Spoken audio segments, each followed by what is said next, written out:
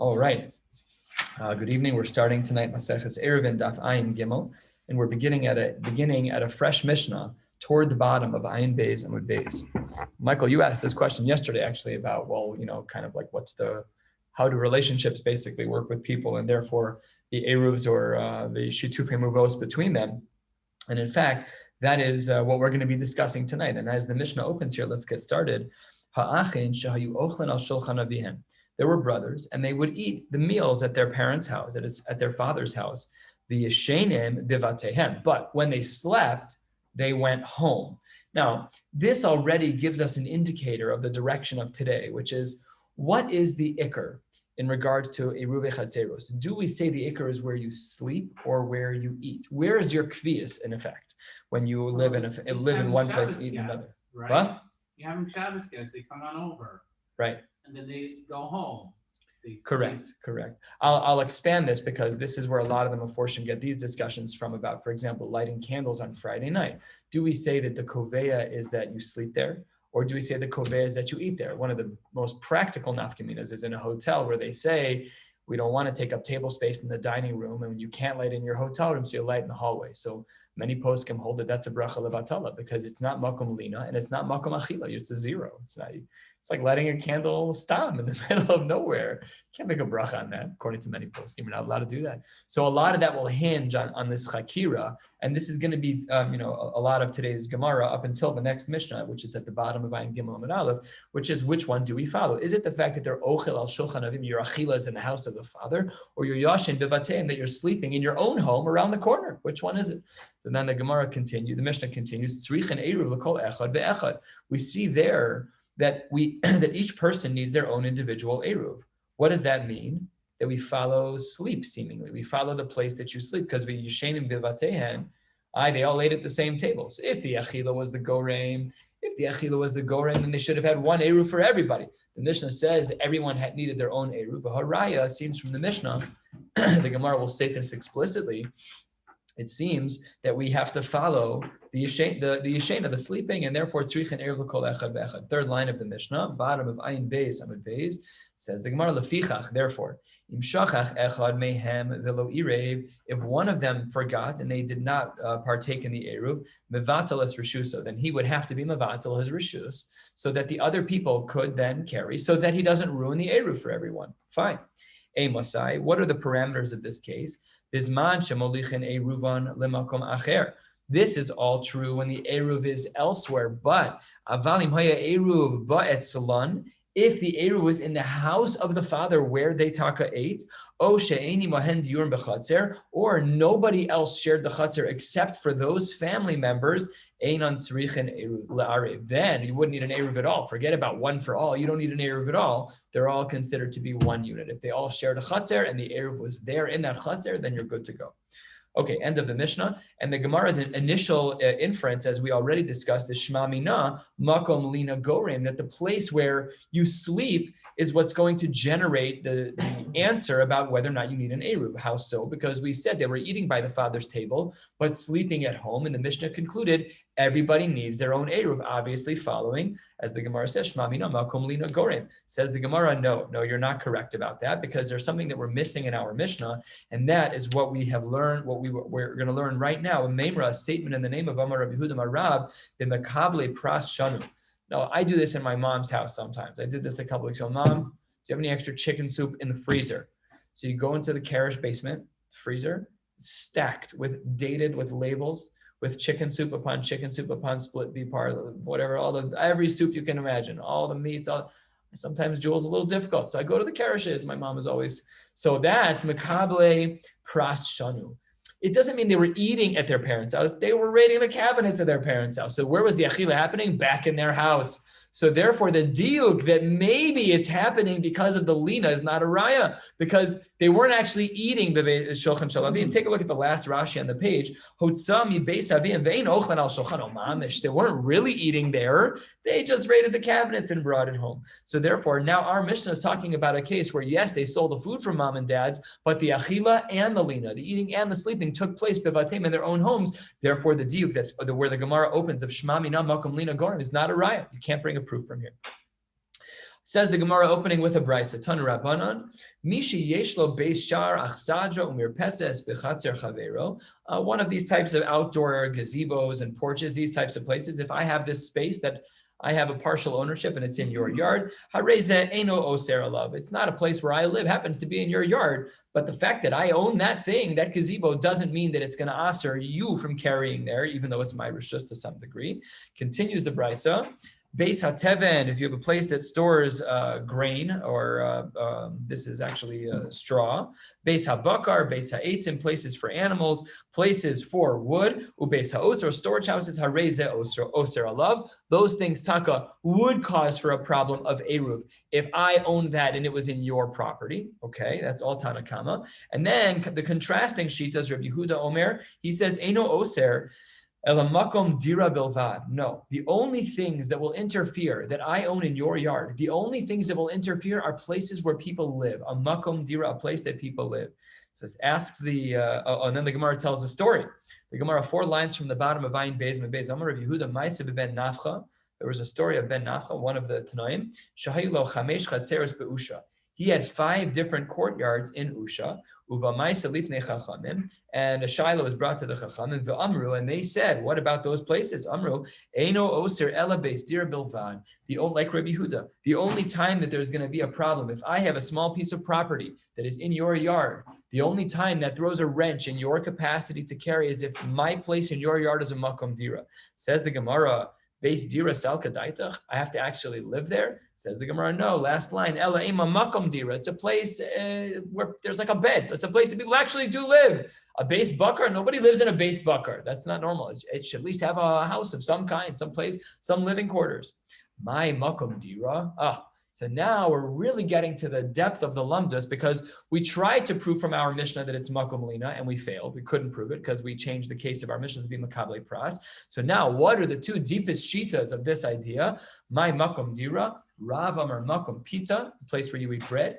Rashi, Tap Rashi, Shehu Ochel Sham, the place where he eats, and continuing in the Gemara, Ushmuel Amar makom lina. So now we were guessing from the Mishnah. Is it makom lina, makom pita? Now we see in the Gemara that Rav holds explicitly that it's the place that you eat, and Shmuel holds explicitly that it's the place of lina. So if we stopped right here, we'd say machlokas Rav and Shmuel. How do we decide? Well, whoever we paskin like, we usually paskin like Rav Bedinan and Shmuel by whatever the rules are. But we would look and we'd say either the bread or the sleeping, whichever one. Says the Gemara, Mesive, hold on one second. One of these shitas does not work. Haroim v'hakayotzim v'haburganin. Rowan are shepherds, kayotzin. Rashi points out kayotzin are top line shomrei te'enim. These people would watch over the date trees to make sure people wouldn't steal them, to make sure the ripe ones were plucked when they needed to be plucked, because these items don't grow at the same rate. It's not like they have a short window of plucking. The bunches grow at different rates. Just depends on how quick it goes. V'haburganin, these are like watchtowers, v'shomrei peiros. And people who watch fruits. Says the Gemara in this, is this a Tosefta? Yes, it is. It says in the Tosefta, Bizman shedarkan lalin ba'ir, when it was customary for them to sleep in the city, harehein ke'an ha'ir. Then we treat their root location like the city, namely we follow sleep, we follow lina. And as well, Bizman shedarkan lalin basadeh, and if in fact they'd be sleeping out in the field, then we say that their root source is, where do they live? They live out in the field. So what's implied from this Gemara? That we don't follow the place that you eat. We follow only the place that you sleep. Kasha and Rav. Top 2 words on the page. Rav said, makom pita. We always follow the bread.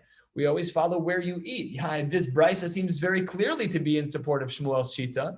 How can Rav say makom pita? Answers the Gemara, because Hassam, over there in that case that you quoted, Anan Sahade, the Imam Tulahu Rifta, Hassam Tfei Nichalahu. They're on the job. If they could eat, where would they eat? Right where they are, on the job. So the fact that it's Makom Lina, it also would be their Makom Achila. But right now, they just have to work now. So they have to live out wherever they have to live. Let's say they had to live 1,000 amos outside in a Borgen and in this security hut. That's his job. Fine, you're offering him dinner. Please deliver it. I need to be here now. So therefore, the makom lina is the makom achila, and therefore there's no question on shitas Rab. We tried to ask from this case. Everything seems like sleep, sleep, sleep.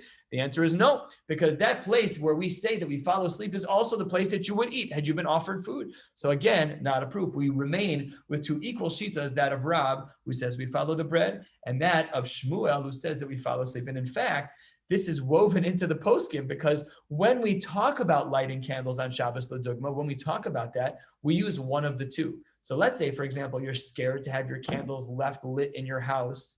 There was a fire in Chicago a couple of years ago, not that long ago. Somebody lit their candles. I remember who it was. Someone lit their candles in their sink, in a safe place. And there was apparently something flammable in their sink. Who knew? It was all metal, but I guess there was some oil there, and it smoked up their whole house. Thank God no one got hurt, no one was home. But the reason why they did that is, can I tell you what? They're never going to light their sink again. When they go out, they're going to light the place where they're eating from now on. Why? Because at least Rab is a sheet in the Gemara, Mishum Pita, that we can follow the root. So that's why the Gemara does not really reject Rab. It asks a question and answers it. A brief interjection of this Gemara, which helps us to have some clarity on the background of the Gemara we started with today. Amar of Yosef, we've seen this probably close to 10 times in Shas so far. Lo Shmi Ali Hashmai. So of course we know that Rav Yosef lost his memory.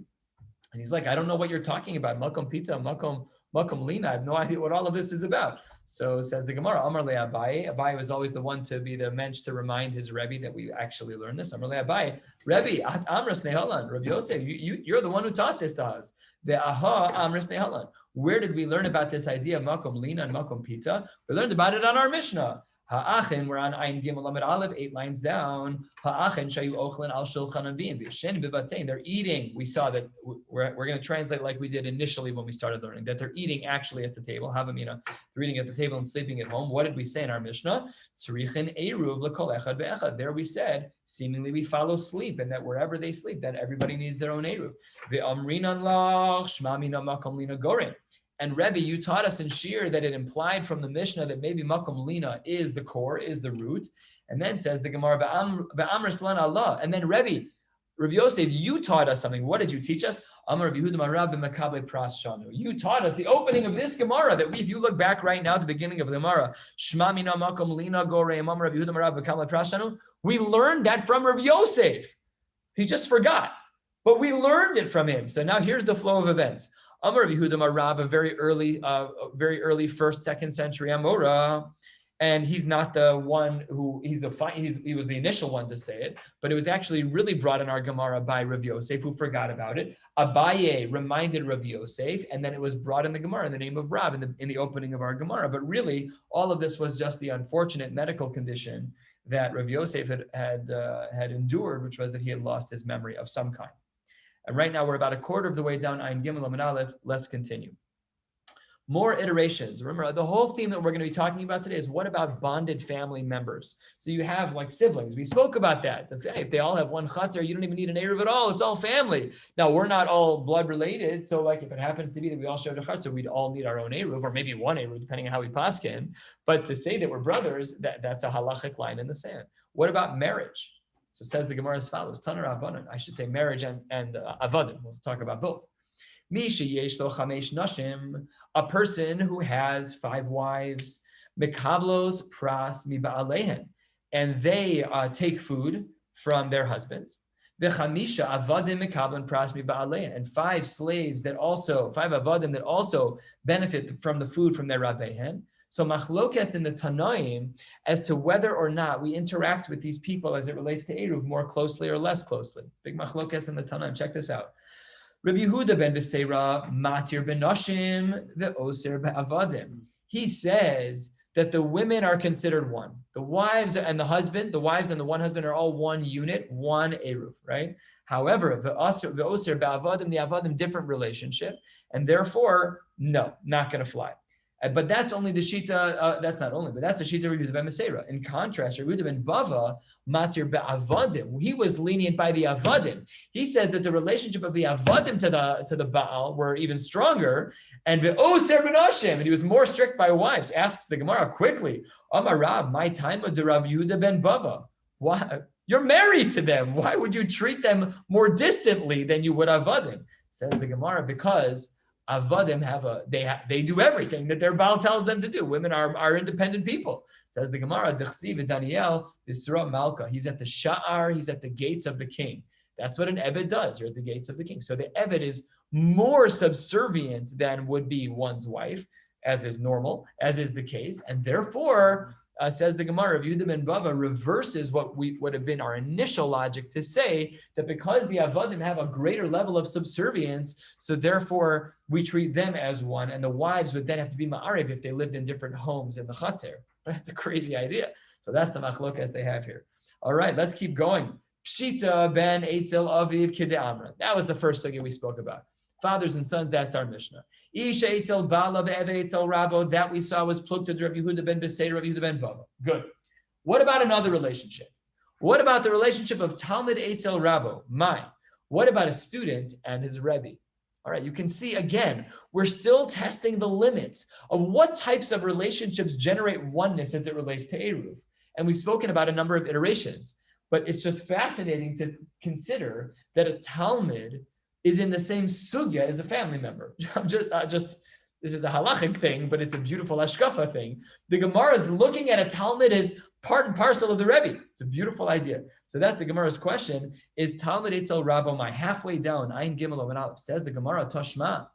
Derav be Reb Chia Amar Ein Anu Tzrichin La'arev. When the Rabbeim, when they were learning by Reb Chia, the Rab Chia, no one needed to make an Eruv. Because we are completely leaning on him. And as well, Rav Chia be Rebbe, when Rav Chia was learning in the base medrash of Rebbe, Omar, they all said, Ein anu tzrichin la'arev, sheharei anu somchen al shulchano shel Rebbe. That closeness between the Talmud and the Rebbe is enough for no Eruv at all. No, just like the brothers who were eating at their father's house, they had the same chatzir. As long as there were no more diurim, as long as nobody else shared the chatzir to aser on them, so then no eruv was required at all. All right, a little bit more than halfway down. Question: Ba mine Abai me Rabba. Rabba is being asked a question by Abai. Chamisha shegavu es Eruvin. 5 people gave their eruv to someone, to a shliach, who's going to go be ma'ari for them. When the Eruv is located away from where the people were, from the Chamisha Anashim, so then Eruv Echad Lekulan, Otzrichin Eruv Lekol Echad Echad. Do we say that one Eruv works for 5, or do we say that we need 5 separate Eruvim? Omar Le, Rabba says back to Abaye, Eruv Echad Lekulan. Everybody only needs one total. Eruv Echad Lekulan. Yes, one total. This question was just a teaser. Abaye was just laying things up to ask the next question. What about the brothers? They're similar.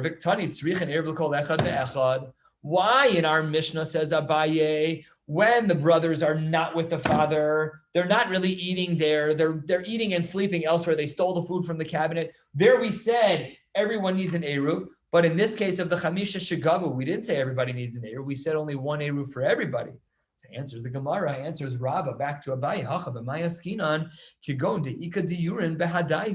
When did we say that the sons needed to each have their own Eruv? That's when they were all in the same chatzir, but other people also lived there. There were other diurim. There were the 5 brothers, the 3 brothers, whatever, and then there were all the other people. There were all the other people who lived there that asered those brothers. Then all the brothers then needed their own Eruvin. So if we were all brothers and we all lived in the same chatzir, so then we'd be fine.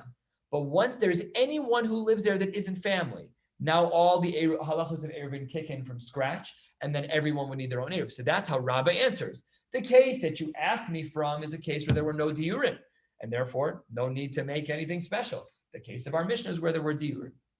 And then says the Gemara, Hachanami Mistabra, 3 lines before the wide lines, Hachanami Mistabra. This is also a reasonable approach. Why is this a reasonable approach? Because Diktani, Emasai, we saw in our Mishnah. When is this true? This is true when the Eruv is located elsewhere, away from where we live. Aval, if the Eruv, imhaya Eruvan ba'etzlam, if the Eruv was present by those people, or if it wasn't present, but ein diurin, nobody else lived there, ein tzrichin la'arif shlamina. So we have 2 features here that will create for a total leniency. One is if your family members living in a chutzner with no extras, ein diurin. And the second is that if the Eruv is in that spot, then you're good to go. And that's how the Gemara concludes this sugya, is that the reason why in our Mishnah, tzrichin Eruv l'kol echad ve'echad, was because seemingly, and this is an ukimta on our Mishnah, we're saying that pshat in our Mishnah is Rabbi is saying the way to properly understand our Mishnah is to say that there were other diurin. Otherwise, the Bnei Chatzar, the Achin, would not have needed to have one Eruv for everyone. In fact, they wouldn't have needed an Eruv at all. So it needs to be be'etzem in our Mishnah that we're talking about a case where there were extra diurin. First of the longest lines, Ayin Gimel Amud Aleph. Ba minei Rav Chia bar Avin me Rav Sheshes. Bnei Bei Rab, the Talmidim of Bei Rab, De'achle Nahama bebaga. They were eating bread outside in the valley, out in the field. But v'asu uvaisi bebei Rab. But when it came to sleeping time, they came back to yeshiva. Okay, so the eating was elsewhere. See, this question is really the first one to put Rab and Shmuel to the test. We really haven't pushed them far enough to get a real answer. We don't really know how we paskin. So here's the question. The Bnei Bei Rab, the Talmidim of Rab, they would eat the Nahama, they'd eat the bread out in the field. But when they slept, they came back to yeshiva. So asks the Gemara, 3 lines into the wide lines, Ki mashchina lahu tchuma. When you are going to measure your tchum, mi be'rav mashchina lahu? Is it from yeshiva where you slept? Mi baga mashchina lahu? Or is it out in the valley, in the place where you actually ate your food? Says the Gemara, Amar le, who's talking to who? This question was from Rav Chia to Rav Sheshes. Rav Sheshes answers, Amar le, mashchina mi be'rav. What does that tell us? Mi be'rav. Sleep is the key. Lina. So says the Gemara, I v'harei no se nese ruvo b'sochal paim ama ve'asi uvais bevese de mashchina le tchuma me'iruve. We have another source that says not that way, that we actually follow out in the field where you put your eruv, where you put your food. Stira, answers the Gemara, it really depends. Behahi, in one case, anan sahade, uvehada anan sahade. We approximate your desire in each case, and let's detail it out. 8 lines up, 7 lines up. Behahi, in one case, anan sahade, di mistarle hasam nichale. If in fact he could have had the food there, then that's what he would have done. In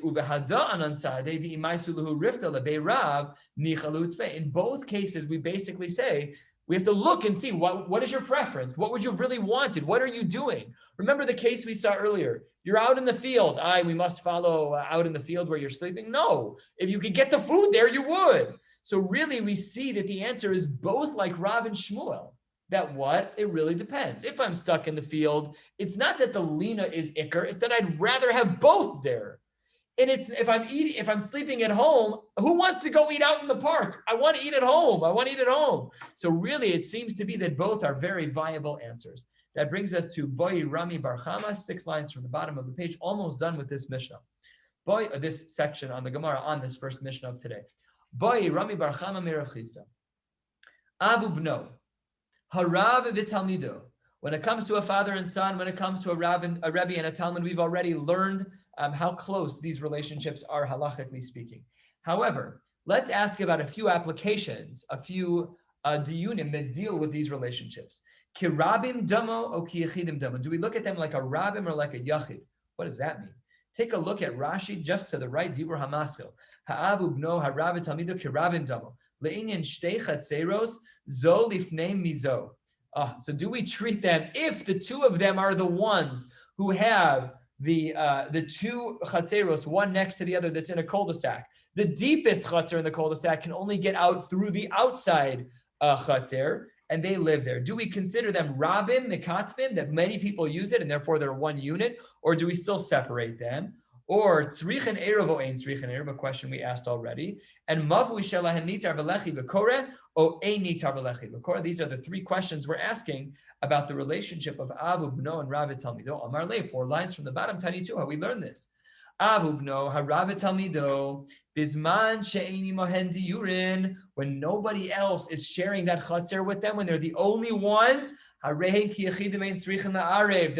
unit, and afal pi that they're in 2 different chatzeros, we treat them like one unit. Umavui shalahen nitar v'lechi v'kore, and the mavui is also going to be nitar b'lechi b'kora. It'll be lenient in that case. What is this talking about? Take a look at Rashi, 4 lines from the bottom.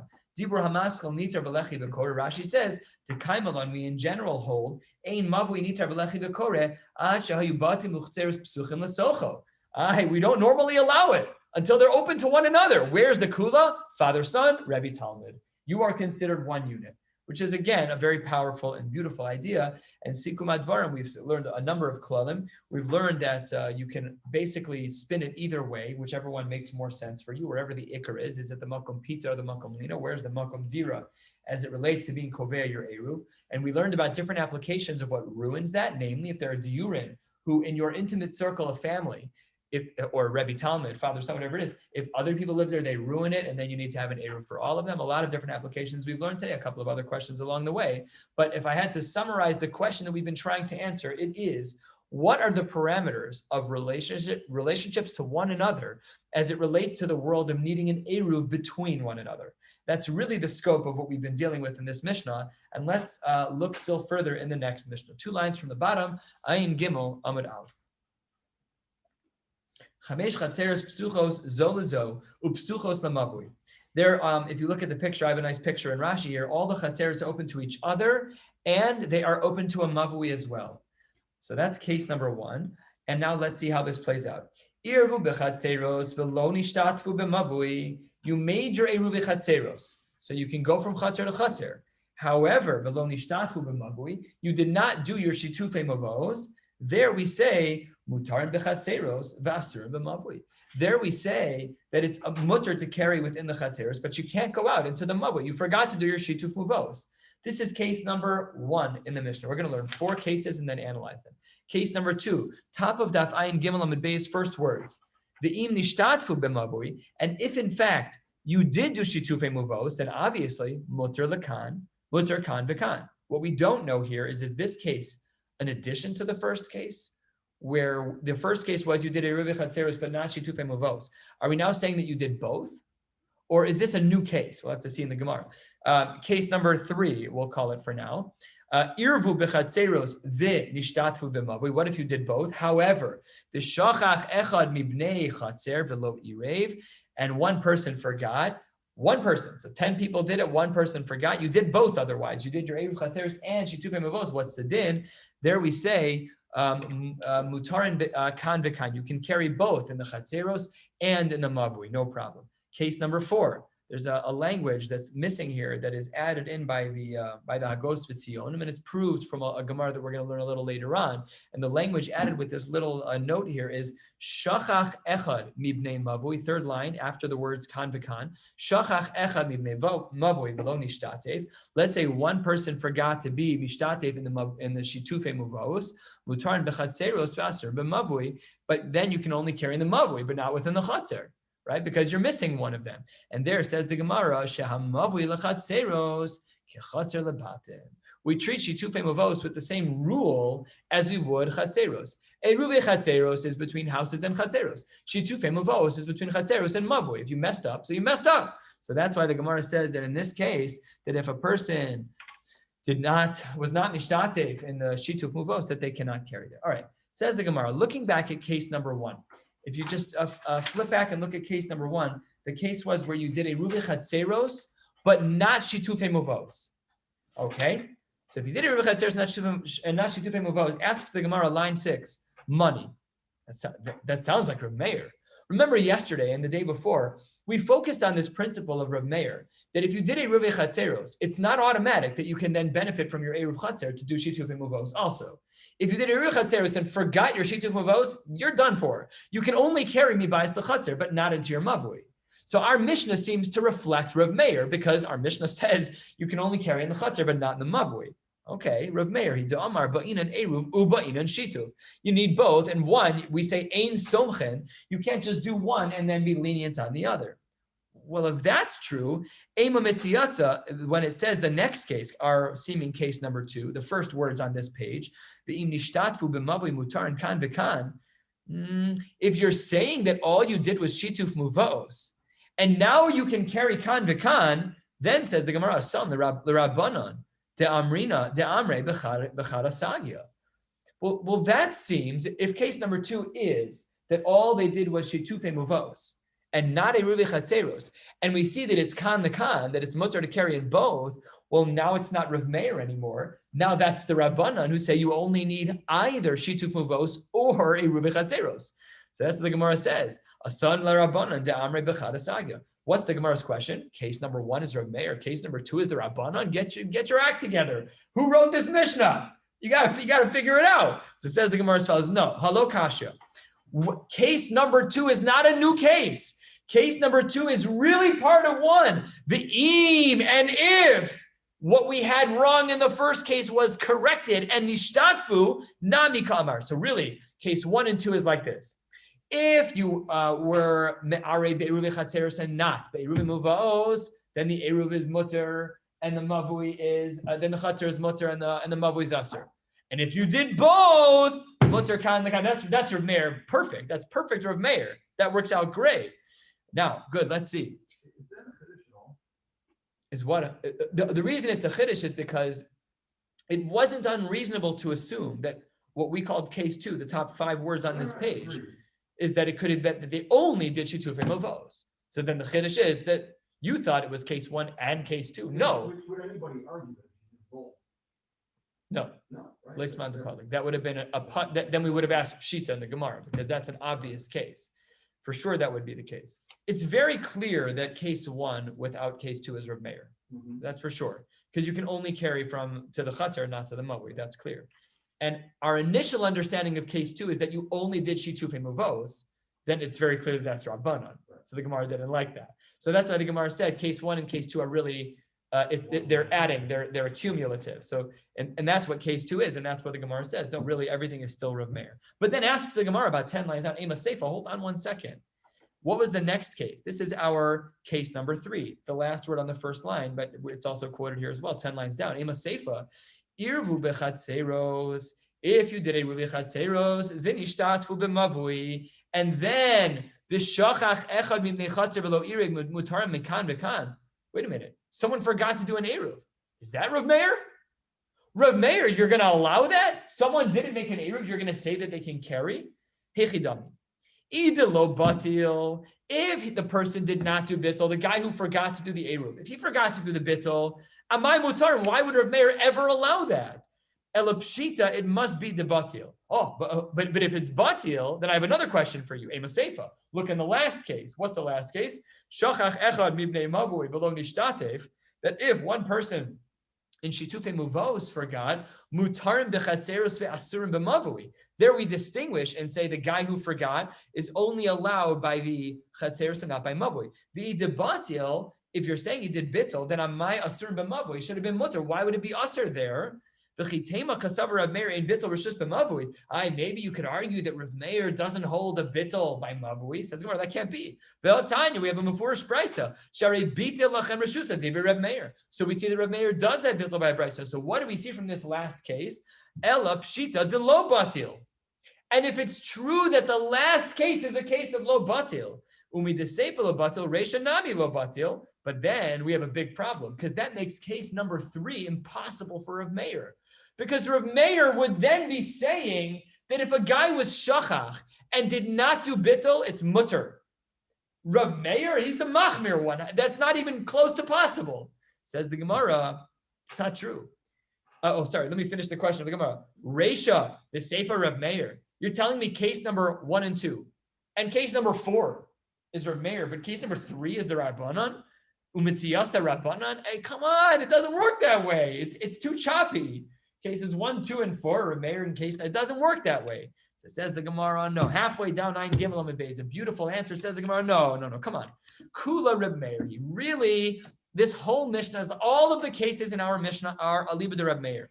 So then if that's the case, the looming question is, why is it that in case 3, the guy was shachach, Rav Meir, and you said mutarim kan v'kan? You should never allow that, Rav Meir. L'shitascha, you're makbid. We don't allow for someone who forgot to benefit from the eruv. Why? What was Rav Meir's whole punchline we learned the other day? Shema tishtakach eruv, right? We're afraid that the whole constitution, the whole institution, I should say, of Eruv can be forgotten. So it says the Gemara, why does he say both? Here's the line. What happened here? Well, the case was very clear. Only one person forgot to make an Eruv. It's not a rove of people who forgot. So here's the chiddush that we didn't know about Rav Meir until right now. You're right. Up until this moment, we would have thought slam dunk. If someone was shochech to be ma'ariv, Rav Meir would never allow for that person to carry. Here's the chiddush. Rav Meir only says that when it's a rove of people who don't make an eruv. But when only one person is shachach, think about it. What's Rav Meir's grand concern? We're going to forget about the institution of eruv. Not if only one guy forgets. No. If everybody's forgetting every week, you're right. The institution of Eruv is subject to being forgotten. But this one guy, everyone's going to call him out on it. Where were you? What happened? How'd you forget? There, Rav Meir is not concerned. And therefore, the whole Mishnah, cases 1, 2, 3, and 4, all fit perfectly. Aliba de Rav Meir. We're about halfway down. A drop more. Ayin Gimel Amid Beis. We're going to go almost to the last line here, and we have just is it one more sugya, one or two, one more sugya, and then we're pretty much done. Now, when we learned our Mishnah, again, if you look back at that picture, we said that it was a case where they were chatzeros that were open to each other, and as well open to the mavui, which was the slightly more public thoroughfare. So Amar Rav Yehuda says, Rav lo tani psuchos zulazu. When Rav taught us the Mishnah in Shir, he did not say the words in our Mishnah that the chatzeros were open to one another right to left. There were no entryways from chatzer to chatzer. In fact, v'chein amar Rav Kahana, Rav lo tani psucho zulazu. Rav Kahana also said that when he heard it from Rav, that Rav also left it out. Ika da'amrei, some say that Rav Kahana taught it on his own that way. Rav Kahana gufe lo tani psucho zulazu.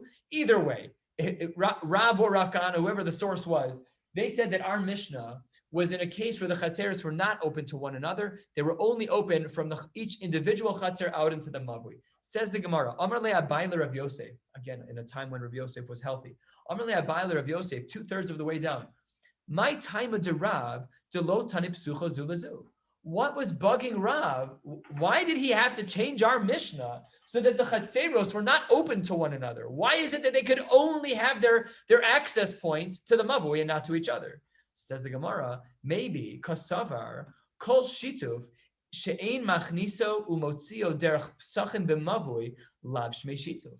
Maybe the only way to do shitufei muvos is directly from your chatzer into the outer space of a mavui. But if you're going through someone else's yard, that's another area of halacha. That's a Rubi Chatzeros. Now you're talking about a different halacha. If you're going to say shitufei mavos, it has to be from your chatzer into the mavui. So when you define our Mishnah like we have it, that it says the chatzer is psucho zulazu, says Rav, no, that doesn't work. It doesn't work. The only way to have shitufei mavos is to go from the chatzer directly out into the mavui. That's what the kasavar is. Kasavar kol shituf she'en machniso motzio derech psachim b'mavui lo shmei shituf. Really? Esivei. Hold on one second.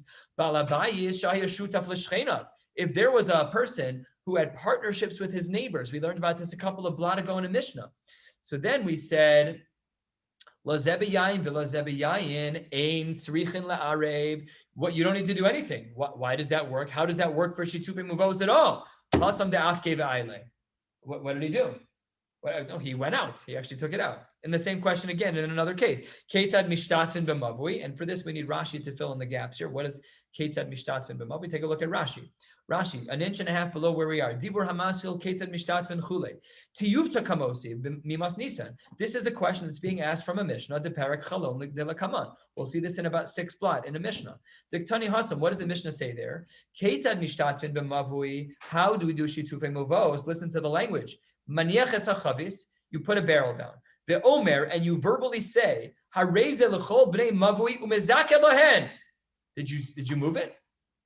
No, you just did a verbal kinyan. So it says the Gemara, how did that work? A verbal kinyan? You just said kasavar. You got to bring it out from the chutzner to the mavui. That doesn't even work. So it says the Gemara, Hasam Nami Dafke Ba'ila. You're right, there's a verbal part, but the Mishnah there on Ayin Tes also could have said, should have said, will say, whatever, we'll get there. That really you need to bring it out into the mavui. You have to do some type of Maisa Kinyan. Maskif la Rabba Bar Chanan. What's the gears to change there? Rabba bar Rav Chanan. Yes, that definitely sounds more correct. Maskif Rabba bar Rav Chanan. Elameata hikne lo paspis salo hachanami zelo abishitav. What if you just make a kinyan? What if you don't move it? Maybe it should also be a shituv. Maybe this should work too. The chitema hachanami. Maybe you'll say dibur is enough. Just the kinyan alone is enough. No. The Amar Rav Yehuda Amar Rav b'nei chabura sheim subin v'kidesh aleim hayom hapash el shulchan somchen aleh mishum eruv v'amri lo mishum shituv v'amar Rabba lo pligi kan b'mesubin b'bayis kan b'mesubin chaser. It depends where you are, but it can't just sit still. Ella, therefore, it must be that there is another reason here why it is that we are saying that Rav is saying that the chatzeros couldn't be connected. Elataima de Rav de kasavar ein mavui nitar belechi v'koreh acheyehu batim v'chatzeros psuchim l'socho. That when we talk about doing shitufei muvavos, there's a separate din that a mavui is not nitar belechi v'koreh until all of the houses and chatzeros dump into that same outer space. Otherwise, nothing doing. We're going to pick up with Gufa and learn a blot and a half in Yirtzeh Hashem tomorrow night of Ayin Dalid and Ayin Hey Amud Aleph. Ayin Hey is a little bit of a bigger Amud. We will get it done on Shabbos. Ayin Hey Amud Beis and Ayin Vav. Have a beautiful night. Thank you so much for joining. Thank you.